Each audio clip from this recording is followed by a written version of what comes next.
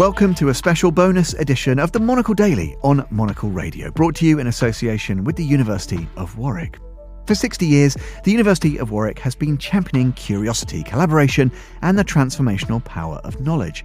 As a global hub for research and discovery, the British institution tackles the world's pressing challenges with clarity and purpose. Now, Monocle invited its readers to pose the big questions that they wanted answering. In this special programme, the University of Warwick's renowned academics offer insight on topics shaping the world today, making sense of everything from artificial intelligence to the economics of luxury. Today, we're talking marketing. One Monocle reader posed a question to Professor of Marketing John Rudd. They asked him whether marketing still works in an age of digital clutter. Let's hear what John had to say. He was talking to Monocle's Mitch Parker. I think the answer is yes. But there are generational effects here.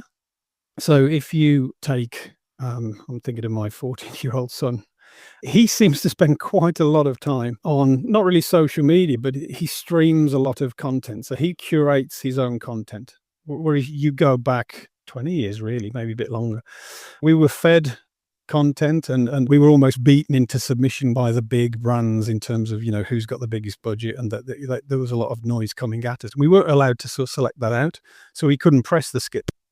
We weren't able to select our own content and really curate those messages.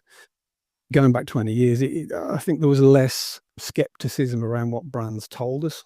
Whereas now I think there's a lot more sort of peer-to-peer review, and people will sort of check, they will sort of go, okay, I've seen that advert, that may very well influence my decision, but what I'm really into is, well, what do people say over here? What do they say about this brand? Is this brand authentic, or are they fundamentally just trying to put some marketing spin on it? So I think in answer to that initial kind of, are consumers bombarded with information? I think they are, yes. We know that skip button is pressed tens of millions of times a day. And I think marketers are challenged with creating things that resonate and that continue to resonate with consumers in a creative way. So you have to cut through that noise just to get share of eyeballs. And I think the messaging oftentimes now isn't so much about beating people into submission, saying, look, we're just better than everybody else. You still get that. You see that in retail a lot. Certainly in retail in the UK a lot. But I think the stuff that's really working in digital, if we focus on digital, is the stuff that's a bit more authentic and speaks to sort of the beliefs and lives of people. I think people connect with that. And that is something that you will curate into your feed, and I think you will curate into the stream.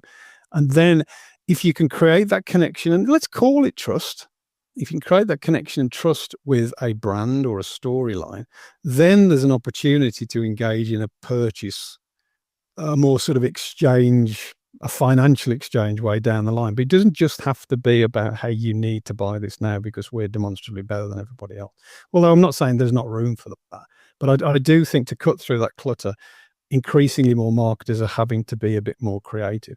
So when they do these creative treatments, they haven't just sort of pulled it out of the air and said, oh, well, let's try that.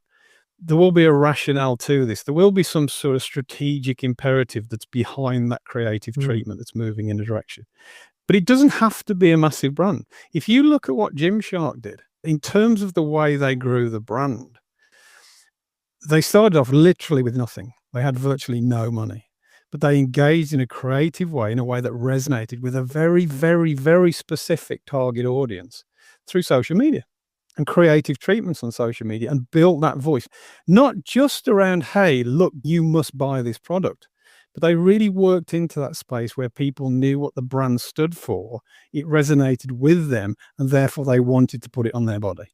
So there was that resonance, there was that connection. And initially it was through an authentic proposition. I've done a little bit of work in marketing in the past, and one of the things that a lot of the brands that I was always working with were talking about, I've worked with brands like Mercedes-Benz and some fashion brands as well, where they were talking about their consumers also being brand fans. Is that kind of built off the back of that authentic kind of relationship that they've managed to build? I think brand love is oversold, if I'm honest. I get the notion. I think you can have great kind of associations, great positive associations with certain brands. The concept of loyalty, I think, is a really interesting one. So a lot of people exhibit what you and I might see as loyalty. They come back and they repeat purchase. But are they actually loyal, or is that just a structural norm? So you take airlines, for instance, you could mistake a whole bunch of your customers for loyal customers. And they're not really, they just have to fly with you because their company tells them to. So what is loyalty? And do you care? The other layer on that is, as a business, do I care? If I have 1 million people who are queuing up to fly on my airline every year, and structurally they have to fly with me, do I care? I mean, you might not want to call them loyal, but do I care? I bank the money the same, right? Mm. So I think these kind of pastoral sort of, hey, love and loyalty. What was the one from the 80s? Delight. We had to delight customers in the 80s. We all had to walk around delighted, right? I'm not sure that ever happened to me, but, I guess that's more about me, maybe. I don't know. Maybe I'm just not easily delighted. I don't know. I think these are great words to place on them. I think marketers some marketers kind of like that stuff. And I think businesses take some comfort out of these ideas. But I think you've got to sort of poke that. And these are really nice kind of totems to put up. But what does that really mean?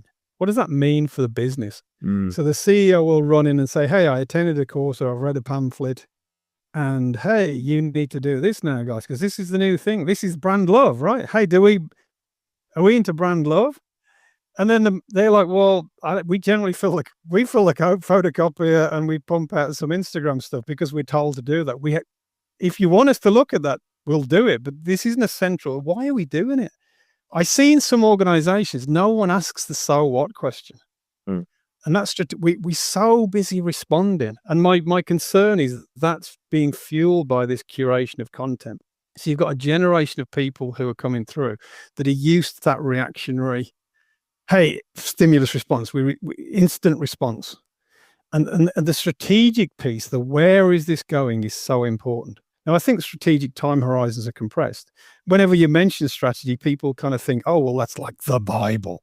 The strategy Bible gets taken down and we all worship, we blow the dust off it. We worship at the Bible. And this never changes. It doesn't have to be particularly shiny or dusty or a whole thing, where people go away for a day a year and talk about strategy and everybody's bored. It should live. But we should have a sense of directionality driven by our sense of what competitors are doing and what the market needs and desires, because we know them. And then you're starting to connect up the actions and activity with the direction, as opposed to just being reactive. Because if you don't have a strategy, any decision seems like a great idea. I was just going to say to you as a final question, like, if you could tell the world of marketers out there one piece of advice or one thing that you're sick of them doing, or what would be your one message? But is it just that, to work with purpose, to take a step back, to not get caught in the churn? I would say don't work for brands or people that don't inspire you. That would be my first piece of advice, and I'll come back on that. And the second is to really get to know your customer. You don't do that through surveys. You got to go talk to them and eyeball them and see how they behave and see where they live and see how they interact with your products and services. So that would be my second piece. First piece of advice is, and I genuinely meant this, I kind of had a road to Damascus moment at a social gathering we have very often with MBA students, actually. And I was talking to a guy and he was incredibly inspirational, actually. He'd had a great career in marketing, really distinguished career in marketing. And you meet these people and sometimes the high status, they got a great title and you kind of go, I don't get it. I just don't get why you're there. You seem nice, but I don't get it. This particular individual, I totally got it. Super smart, really engaging. And what I thought was, and by the way, this isn't me bemoaning my career. I love my job. I am so lucky to do what I'm doing. But I actually thought my 20-year-old self, if I'd have been working for somebody like that, I don't think I would be doing this job now. I think I would be in a very different place in the world. Wow. I think I would probably still be in practice. It was just that I was working with some fairly uninspired job type people as opposed to purpose-driven people. Find a team, find a leader that you want to work with, that you engage with, and is driven by purpose, whatever that purpose is. And I think from there, you'll find a lot about yourself. And you know what? Every day then isn't a job. You get up wanting to go to work, as opposed to that kind of pit in your stomach Sunday afternoon thinking, oh man, this sucks. I got to go back there tomorrow. That was John Rudd. To hear more from the University of Warwick's renowned team, check out the other episodes in this series at the Monocle Daily page at monocle.com. And do discover more about the University of Warwick at warwick.ac.uk. This was a special edition of the Monocle Daily, brought to you in association with the University of Warwick, the place for life's big questions.